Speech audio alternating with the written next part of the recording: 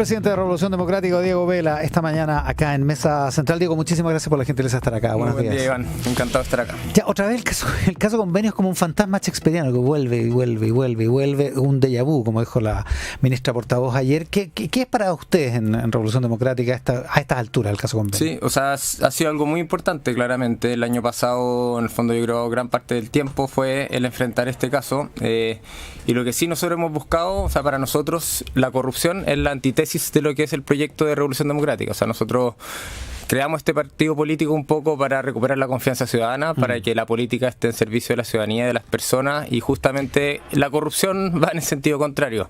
Claro, y esa fue una de las cosas que se cayó con todo esto, ¿no? Esta imagen, este ideario que ustedes habían, entre comillas, vendido, que habían prometido, digamos, ¿no? O sea, claramente afecta eso, pero ahí también ha estado el foco en cómo se responde frente a estos casos, y hemos buscado responder de manera distinta a como tradicionalmente se respondía. En menos de un mes expulsamos. ¿Qué es lo distinto? Sí, en menos de un mes expulsamos a los dos militantes que estaban vinculados con este caso. También nos querellamos. Son Contreras y Andrade. Exacto, Daniel Contreras, o sea, Daniel Andrade y Carlos Contreras, y también nos querellamos buscando que se puedan, a través de la justicia, ver los delitos que se cometieron y hacer valer las responsabilidades individuales. También, en todo el momento, hemos buscado justamente que no haya impunidad en este tipo de casos, que es algo que pasa muchas veces, que uno hace una señal, humo, pero finalmente no hace acciones para buscar que se esclarezca la verdad, y en ese sentido hemos colaborado en todo momento con la Fiscalía en aportar todos los antecedentes, y también el ver mecanismos de prevención del delito, donde ahí hay una oportunidad relevante que se genera el año pasado con la nueva ley de delitos económicos y medioambientales, que le exige a todos los partidos políticos de aquí a septiembre de este año ya el tener implementado un compliance, en el fondo, que son estos mecanismos de prevención del delito. Claro. Y por otro lado, quienes han estado el Ejecutivo desde Revolución Democrática y el mismo Ejecutivo ha buscado adoptar políticas públicas que eviten que este tipo de casos se repitan. Acá el 85% de los casos que está investigando el Ministerio Público corresponden a recursos que eran ejecutados del gobierno anterior, o en el fondo, como para ver la magnitud y la historia. Las primeras transferencias son del 2019, y en ese sentido la ley de presupuesto 2023, la 2024 han tenido mayores controles, y también todo lo que ha sido la recomendación del informe Jaraquemada.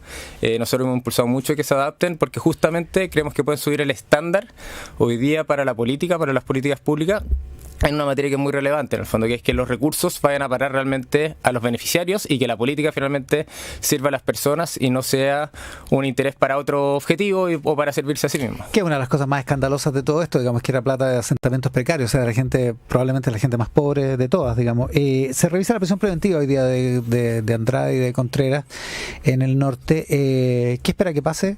O sea, ahí el Ministerio Público y el Consejo de Defensa del Estado tienen que evaluar, en el fondo, si solicita mantener las cautelares, y vamos a estar atentos, en el fondo, a cómo evoluciona eso. ¿En opinión de ustedes deberían mantenerse esa cautelar, la máxima? Nosotros creemos que está bien que se evalúen, en el fondo. Ya. O sea, es importante que quienes están detenidos puedan seguir colaborando con la justicia, y ahí es más decisión del juez de ver si es que eso es con remisencia domiciliaria o desde la cárcel. En su ahora famosa entrevista en La Tercera del domingo, Carlos Contreras decía que evitaba calificarse como un preso político, que es una entidad distinta, pero sí decía que estaba preso por razones políticas. Si no hubiera un escándalo político en torno al caso de Democracia Viva, ¿estarían ellos en prisión preventiva? O sea, nosotros no compartimos el que por razones políticas ellos están detenidos. O sea, acá nosotros creemos que hay delitos, y por esa razón nosotros nos querellamos, en el fondo, porque creemos que estamos en presencia de eso, y ahí justamente es la justicia la que determina eso, no ellos mismos. ¿Y te parece razonable entonces a nosotros nos preocupa la inconsistencia que hemos visto, como en otros casos, como fue el de Katy Barriga. Yo creo que, sinceramente, no todas las personas tienen que estar presas, dependiendo la gravedad de los asuntos o que finalmente qué peligrosidad pueden significar para la sociedad. En el entendido que estamos hablando de medidas cautelares, ¿no? Exactamente, estamos entendidos en medidas cautelares, todavía falta que avance la investigación, pero sí es algo que nos preocupa, la inconsistencia en casos que son, ahí la fiscal lo decía muy bien en el caso de Katy Barriga, más de 34 veces un Democracia Viva, con varios antecedentes bien objetivos de lo que sucede, donde nosotros también como Revolución Democrática estamos muy involucrados. Nuestro alcalde Tomás Bodanovich en Maipú ha sido parte fundamental de la querella, y justamente en velar que los recursos públicos vayan a parar, en este caso eran, en vez de peluches, en, por ejemplo, inversión en agua potable o en cosas que benefician a la comunidad. Entonces, en ese sentido sí nos preocupa esa inconsistencia en la justicia, en el fondo, que se entiende que sobre todo no se da solo en este caso entre personas que están más vinculadas al mundo político, o sea, sobre todo en personas comunes y corrientes que siempre terminan presas, versus personas que son más poderosas o personas que están más vinculadas al poder y que no terminan yendo presas. Y esa inconsistencia es algo que a nosotros nos preocupa de sobremanera, y en ese sentido es algo que esperamos que la justicia pueda remediar, en el fondo, en buscar ser consistente en tener un criterio parejo para los distintos casos. Una cosa más sobre esto y sobre lo que dice Carlos Contreras. Usted decía ayer que no había mayores antecedentes respecto de lo de Carlos Contreras y la eventual omisión que Miguel Crispi, que es militante de Revolución Democrática, jefe de asesores del segundo piso del presidente, le hubiera hecho respecto a la información que le dio al presidente Boric en torno al caso de Democracia Viva. Sí, tres cosas ahí. Cuando uno lee la entrevista, en detalle uno ve que continuamente Carlos Contreras lo que dice, él supone, él cree, él no presenta un antecedente para concluir lo que está afirmando en el fondo. Pero sí afirma que le consta. O sea, sí. No, que le consta según sus conversaciones con la subsecretaria, no tiene ninguna prueba, ningún antecedente, y en ese sentido no hay ningún antecedente nuevo, y en ese sentido yo creo que responde más a una estrategia judicial. Tener prueba de una omisión, digamos. Exactamente, y por lo mismo uno tiene que ser responsable frente a las acusaciones que hace. Si es que uno no tiene un antecedente, justamente lo que hace es elucubrar, no es dar un antecedente al respecto. ¿Por qué Contreras esa especulación? Eso sí, que creo que es muy importante es que el Ministerio Público la semana pasada tomó la decisión que la razón por la cual esta semana van a tomar declaración Javiera Martínez, Miguel Crispi y Giorgio Jackson, la separa de Democracia Viva, no lo vincula a ese caso, sino netamente a una querella que presentaron 2 diputados republicanos, que es vinculado al tema de Procultura. Sí, que es la famosa pintura. Y que justamente es por la razón por la cual Miguel Crispi fue a presentar a la comisión, presentó los antecedentes, está todo en orden, y en el caso y en los otros casos porque le tocó como subsecretario de Desarrollo Regional validar algo que venía desde el gobierno del presidente Piñera, que había pasado por los procesos formales desde el gobierno del presidente Piñera y con el GORE de Antofagasta, que era previo incluso a Ricardo Díaz. Entonces, acá lo que nosotros vemos es que también hay una utilización política y nos preocupa de parte de, en este caso, de los diputados republicanos de la justicia, siendo que ellos tienen otras herramientas políticas justamente para poder aclarar dudas, llámese oficio, llámese comisión investigadora, donde se aclararon justamente estos antecedentes, donde también fue la subsecretaria Sexpress a aclarar lo del CAIG, fue también la misma directora de presupuesto a presentar los antecedentes. Entonces nos preocupa también cómo hoy día la justicia, que debería estar atendiendo el crimen organizado o ir al fondo del caso convenio, ciertas personas lo están utilizando más políticamente, y eso es una preocupación que nosotros tenemos. Y por otro lado, algo que nosotros creemos que es relevante es que nosotros somos los más interesados en que esto se despeje y esta investigación avance. Entonces, en ese sentido, cuando se supo de esta querella, que es de estos 2 diputados republicanos, quienes estaban ahí siendo imputados en el fondo por esta querella, solicitaron el poder ir a dar declaración, y a nosotros nos parece muy positivo que esta semana puedan hacerlo y el proceso pueda seguir avanzando. Eso es algo que para nosotros es fundamental. Ahora, ¿por qué Contreras hace esta elucubración, como la llama usted? O sea, hay que preguntarle más a él. O sea, varios entendidos han planteado que quizás puede deberse más a una estrategia judicial. En el fondo él está siendo formalizado ahora no solo por Democracia Viva, sino también por otra fundación Tomarte, y hay otras investigaciones que están avanzando en curso, y él tiene su tesis, él la plantea desde la cárcel, y en ese sentido es parte de la justicia poder despejar eso, pero desde nosotros hemos buscado actuar con total responsabilidad y poner los antecedentes sobre la mesa y colaborar con el Ministerio Público para que se puedan esclarecer los hechos. Lo último de convenios, para ver si alcanzamos a hablar de otras cosas, para variar. ¿Usted descarta totalmente que haya habido un mecanismo?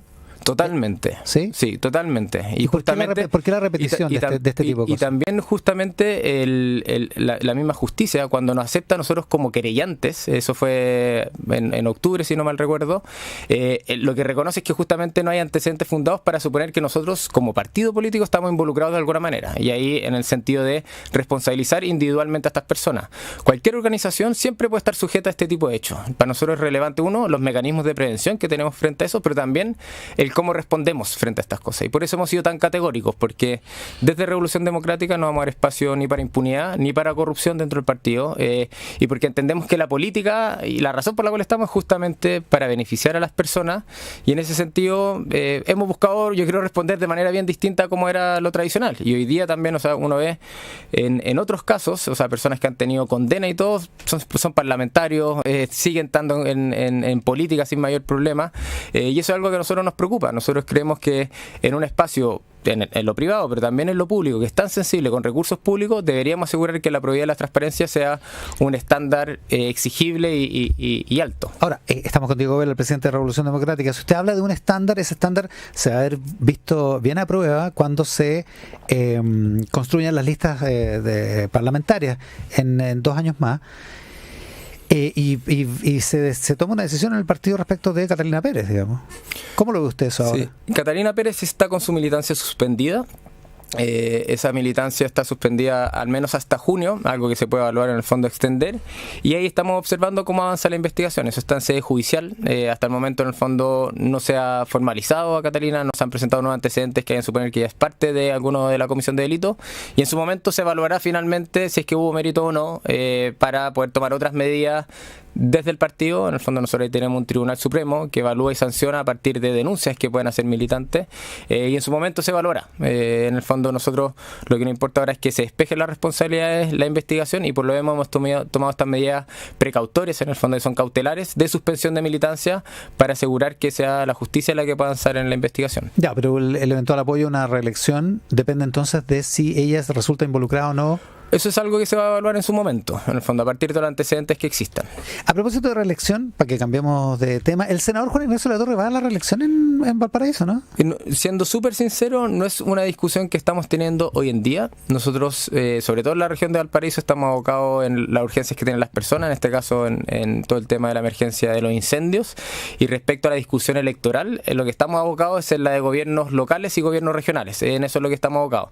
Respecto a la legislativa y presidencial, eso yo creo que es una discusión, y que también creo que ojalá como alianza de gobierno no pongamos la carreta delante de los bueyes, sea más a partir de noviembre, en el fondo a partir de una discusión política y una propuesta hacia el país, y a partir de eso ir tomando las decisiones de quiénes son las mejores personas para liderar esos procesos eleccionarios. Se lo pregunto porque parece que hay algunos que efectivamente sí están poniendo la carreta adelante de los bueyes, porque ha habido todo un ruido respecto de si la ministra de Defensa, Maya Fernández, tenía que estar o no a cargo de la coordinación de los ministros en el caso de la reconstrucción, y su reemplazo por Camila Vallejo a partir de alguien, no es que se invente, digamos, alguien lo ha comentado, a partir de un reclamo de Diego Ibáñez, que próximamente va a estar en el mismo partido que usted, digamos. O sea, yo lo hablé de esto con Diego y él me niega totalmente de que él haya tenido alguna incidencia en esto. Incluso él salió con declaraciones públicas planteando que le parecía una pequeñez estar enfocándose en eso. A mí me parecería un error gigante el que por razones parlamentarias u otras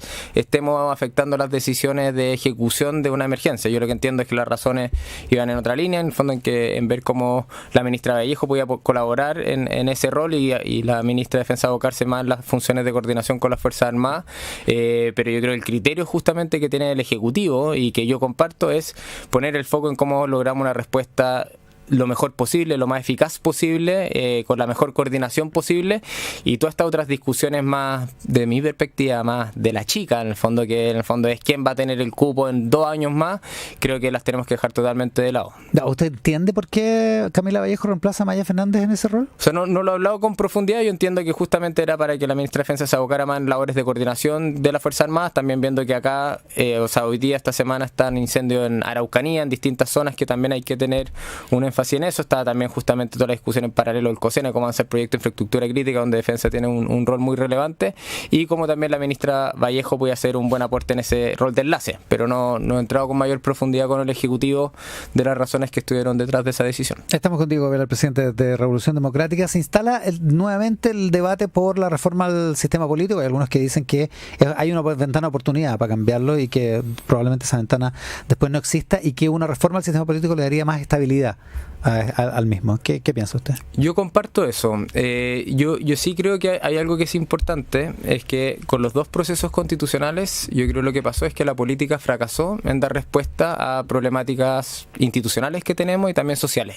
Y en ese sentido, yo lo que esperaría es que hayan aprendizajes de esos dos procesos fallidos. Y en ese sentido, por un lado, creo que es muy importante que logremos acuerdos en materia, por ejemplo, de pensiones, una mayoría para que permita avanzar en ese tema y responder hoy día a las urgencias de las personas mayores, en pacto fiscal, que está teniendo consecuencias no solamente de responder a la urgencia en seguridad, en salud con recursos, sino también tiene impacto en la economía. Hay varias clasificadoras de riesgo y análisis económico internacionales que la falta del sistema político de poder ponernos de acuerdo en un pacto tributario es algo que puede afectar la capacidad de crecimiento del país en el mediano plazo e incluso el riesgo país que estamos teniendo.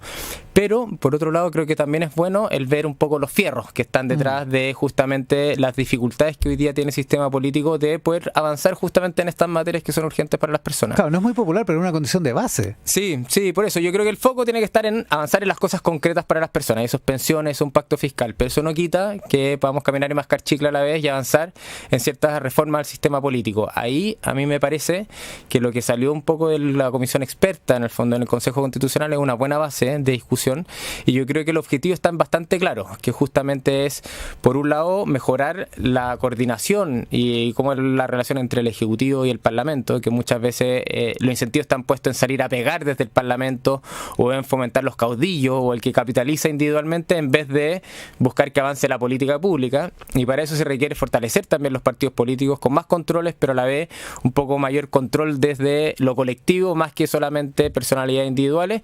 Y por otro lado, yo creo que hay cosas que son interesantes. Cuando yo trabajaba en Rumbo Colectivo también hicimos varias propuestas en ese sentido, que es en cómo también la democracia puede ser un poco más permeable a los intereses ciudadanos, incorporar ciertos mecanismos de participación que son relevantes, y también otras cosas como fueron los avances en género que hemos tenido, que hasta la última elección se consideró paridad. Yo creo que en esa materia, que también afecta al sistema político y afecta la dimensión de representatividad, que es una de las 4 factores más relevantes cuando uno analiza el sistema político, es importante.